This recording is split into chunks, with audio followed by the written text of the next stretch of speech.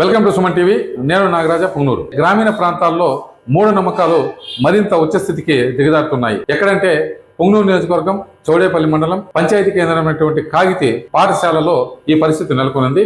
పాఠశాలలో వారం రోజుల క్రితము ఎవరో గుర్తు తెలియని వ్యక్తులు అక్కడ క్షుద్ర పూజలు చేశారనే, అదే రోజు ఒక బాలుడు ఆ ముగ్గు దాటాడని, తర్వాత 3 రోజుల తర్వాత అతను అనారోగ్యంతో మరణించితే దానికి క్షుద్ర పూజలు ఆపాదించి దానివల్ల చనిపోయినాడనేసి ప్రాపగండా కావడంతో 2 రోజుల పాటు ఆ పాఠశాలకు విద్యార్థులు రాకుండా పోతారు. గ్రామస్తులు కానీ అందరూ కానీ ఆ పాఠశాలకు ప్రహరీ గోడ ఏర్పాటు చేస్తే ఈ పరిస్థితి ఉన్నది కాదని వాళ్ళు అంటున్నారు. వారి మాటల్లోనే విందాం పదండి.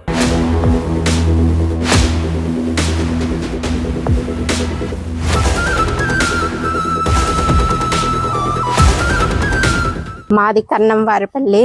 మా పిల్లోళ్ళు కాగితి పాఠశాలకి వెళ్తున్నారు. గత 3 రోజులుగా స్కూల్ పాఠశాలకి మేము పంపించడం లేదు. ఎందుకు అంటే అక్కడ శుద్ర పూజ జరిగిందని ఒక పిల్లోడు దాన్ని తొక్కేశాడని భయపడి చనిపోయినాడు. అందువల్ల మేము భయపడి పిల్లోల్ని 3 రోజులుగా పంపించడం లేదు. ఈ రోజు వచ్చి పిలుచుకోబోయినారు స్కూల్కి. అట్లే గవర్నమెంట్ స్కూల్కి కాంపౌండ్ ఏర్పాటు చేసి గేటు అంతా పెట్టాలని మేము కూడా కోరుకుంటాను. అక్క, మీరు క్షుద్ర పూజలని నమ్ముతారా అక్క?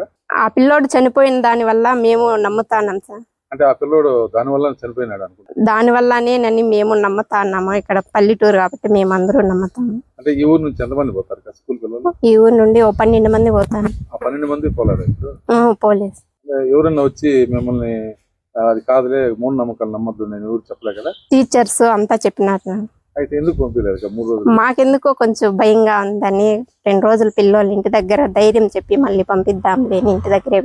మొన్న జరిగిన కాగితి స్కూల్ గ్రామంలో ఏదో ఛత్ర పూజలు ఏదో ఉన్నాయని చెప్పి దాని మీద పేపర్ కూడా వచ్చింది.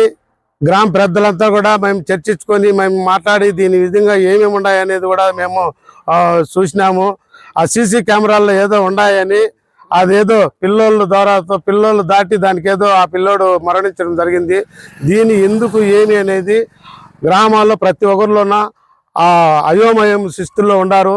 దీనికంతా ఆ స్కూల్ హెడ్ మాస్టర్ కానీ వాళ్ళకి దానికి సంబంధించిన కానీ ఆ కమిటీలు కానీ అందరూ కూడా కానీ పేరారెస్ మీటింగ్ పెట్టి తల్లిదండ్రులు పిల్లలందరినీ కూడా పిలిపించి ఆ గ్రామంలో ఉండే పెద్దలందరినీ కూడా పిలిపించి దీనికి తగిన పోలీస్ డిపార్ట్మెంట్ కానీ ఎంఆర్ఓ కానీ ఎండిఓ గారు కానీ అందరూ వచ్చి మా స్కూల్కి దానికి ఈ అపోహలు లేకుండా ఈ కచ్చలు కార్యక్రమాలు లేకుండా ఒక మీటింగ్ పెట్టి దగ్గరలోనే మా కాగితి గ్రామాన్ని ఈ మనోభావాలన్నీ తీయకుండా అభివృద్ధిగా చేసేదానికి అందరూ తోడ్పడి అందరూ సహకరించి మా కాగితి గ్రామానికి ప్రతి ఒక్కరూ వచ్చి మా మూఢనమ్మకాలను ఇవన్నీ ఉన్నాయా లేవా అని చర్చించి దీనికి న్యాయం చేస్తారని కోరుకుంటూ ఈ అవకాశం ఇచ్చిన పెద్దలందరికీ కూడా ధన్యవాదాలు తెలుపుకుంటాం.